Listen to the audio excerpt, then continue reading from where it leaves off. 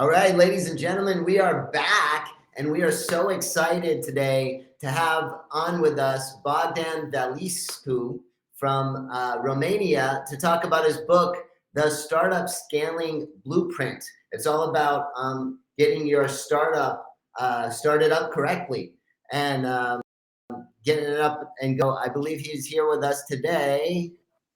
Hey, how are you, Yeah. Bogdan? Hello. Hi, Gabriel. Nice to be here. Thank you so much for having me. Thank you so much for coming on. I'm so excited to learn about your book. And you're with Code Swifter, right? Are you the founder of that? Yeah, I'm the founder and fractional CTO of CodeSwift. It's a small boutique size software development agency from Romania, and we offer staff augmentation and tech leadership as a service to startups and scale ups. Usually, we So, work from clients from Western Europe and also US from time to time. oh, wonderful, wonderful. So yeah, you got your application all ready to go. Your startup, you got maybe your crew, or you got an idea, and then you can go so many different ways, right? I mean, you can get lost in the code, or get bogged down by this, or get lost. So fill us in on how do we get the best out of a good startup?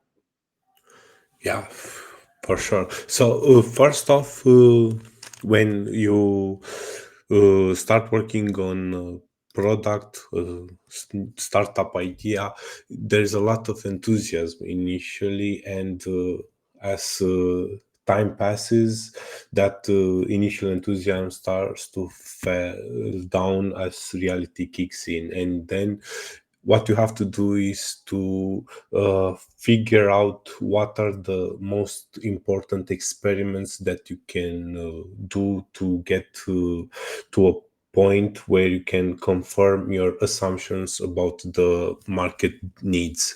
It's very important to have a few ideas, such as keeping away from over engineering.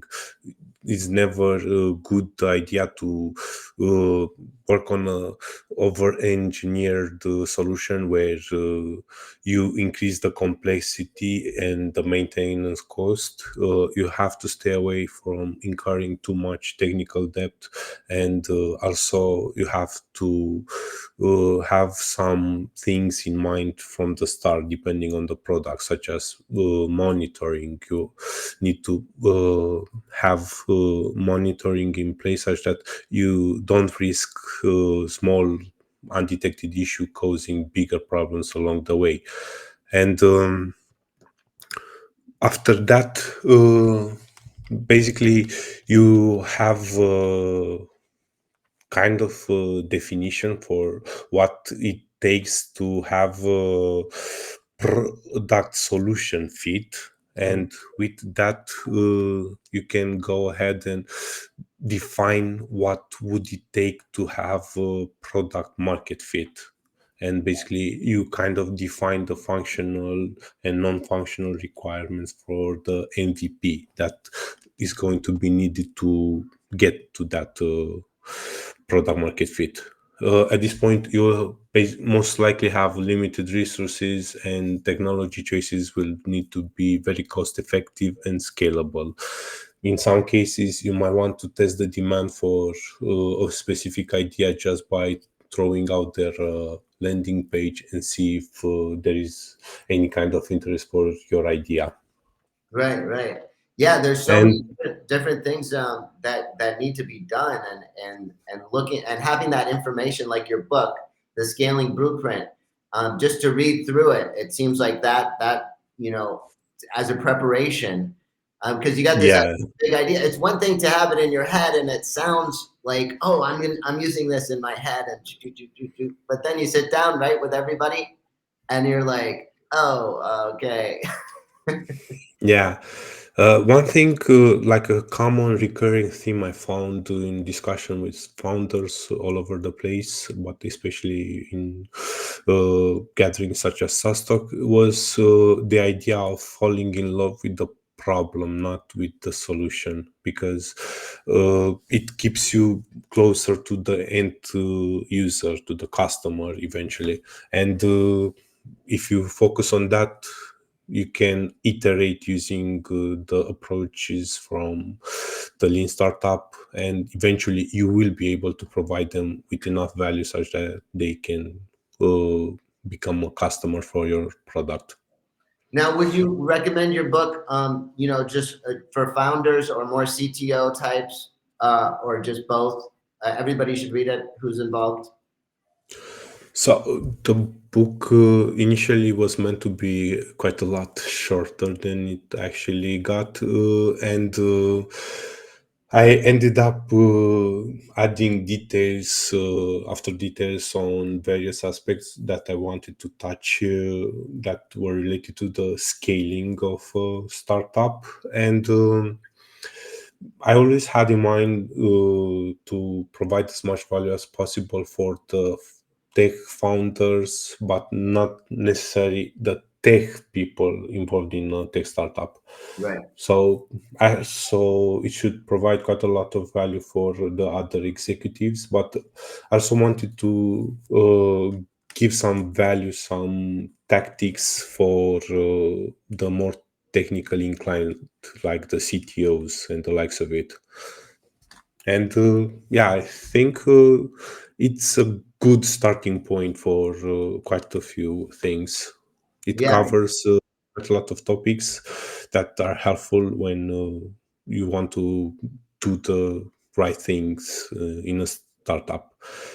One thing that I consider is very important is the balance between innovation and stability. And I think this is, I don't know, like if you would have a bird with two wings, one being the innovation and the other one stability, you need to have both one quite good enough in order for the bird to fly. Otherwise, it will fell off. Right. And to achieve this, like I said, you have to steer clear, especially in the initial phases, from over engineering. Try to don't to not avoid to not accumulate too much technical depth, to add monitoring to your product, to put in place some crisis management, then also to have some feedback loops. That means maybe to use agile methodologies at some point when you have a bit bigger team. And yeah, there are also a lot of operational challenges, such as resource allocation. In the initial phases, you don't have quite a lot of resources, time, or money, and you have to always consider the trade-offs between allocating to one as area aspect of the product or another. Right. Like, yeah, you could waste so much money. It's like I feel like Yeah, money is wasted anyway. But yeah, with your book, you can like, yeah, focus in on trying to save it and just focus on what you're doing, and not just go off on a tangent and create a whole department for nothing. yeah.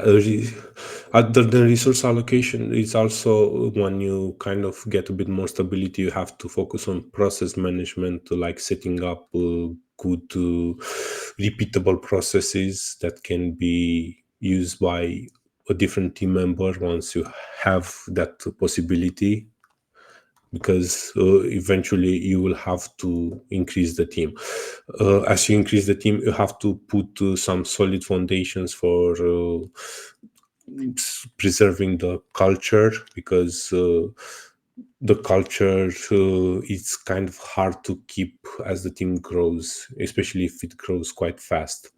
Right. Right. And yeah, once again, there is the market flexibility. The market is not standing still. There are a lot of evolving needs, and you need to have the flexibility to adapt to those needs. Right. Right. There's so much stuff that you can't even see in the beginning that you have no idea. Depending on Yeah, what way you turn, you might go this way and add one little functionality is like a whole, like it could be a whole team. exactly. And you can use some strategies related to tech to get the most of these initial phases, such as, for example, using cloud computing to avoid handling your own infrastructure. You could use tools such as Terraform to have to avoid issues coming from manual deployment of infrastructure. Then you can use Kubernetes to have like a autopilot for deploying and running applications in the cloud. Right, And as much as possible, if you can automate some of the processes, that's a good idea, especially when it comes to monitoring and communicating the status to uh, the important stakeholders. And one other thing that I don't see to done quite okay most of the time is that some more technically inclined teams tend to jump on board and use microservices architectures. These are distributed systems which are really hard to work with, develop, and especially debug. And they come with a lot of complexity. One better approach would be to instead go with a modular monolith, and you kind of get the best of both worlds, and you also have the flexibility to switch to microservices once you are able to measure and detect where are the bottlenecks. right, right. Yeah, get those tools later that you might then more refined. Exactly. And yeah, if you have a team, it's ideal to have an API first approach. You define the connection points between the modules beforehand, and then you can have things, functionalities developed in parallel, Right, including UI, UX. right, right. Yeah, there's so much stuff to think about and plan over. I mean, some people plan their stuff and their thing doesn't get kicked off for like 10 years, but Yeah. hopefully we can get those startups done faster if you plan it all out, beforehand. You get down on the whiteboard and start writing it all out. Yeah, indeed. So So thank you so much for there coming. are Sorry, go ahead. a few more other tactics that are tackled in the book. The book is available for free on my website, Oh, the I love company it. website, and yeah, it should provide quite a lot of value for startups, founders, or executives that kind of achieve the product market fit, and they are in the place where are considering how to build things properly for the long Right. I term. mean, even if you had already started up and you're just like halfway through, I mean, you could still use this. Or if you're in any stage, it seems like to more efficiently get things, Yeah, scaled. All right. So thank you so much, Bogdan, for coming on. We have a few more other guests to go to, but everybody seems to agree that simplicity is the answer, right? And so just sometimes we get caught up in all these like complicated things. We think, oh, we're gonna go this way and that way, but it's like Victor Moreno is he has it's called he calls himself the senior Grug, and it's like just very simple. That's the answer, yeah, right? exactly. It's important to start simple and maintain some kind of stability, and also have an eye for flexibility. But it's applicable for product related tasks, but also for the technical aspects as well. Right. All right. Thank you so much, Bogdan, and we hope to Thank you. have you on next time too. Like, keep us in mind, and we love to get all the experts on the show. It's so much fun. I love talking to everybody. Thank you so much. It was really fun. All right. Talk to you next time. Thanks a lot. Thank you. Bye bye.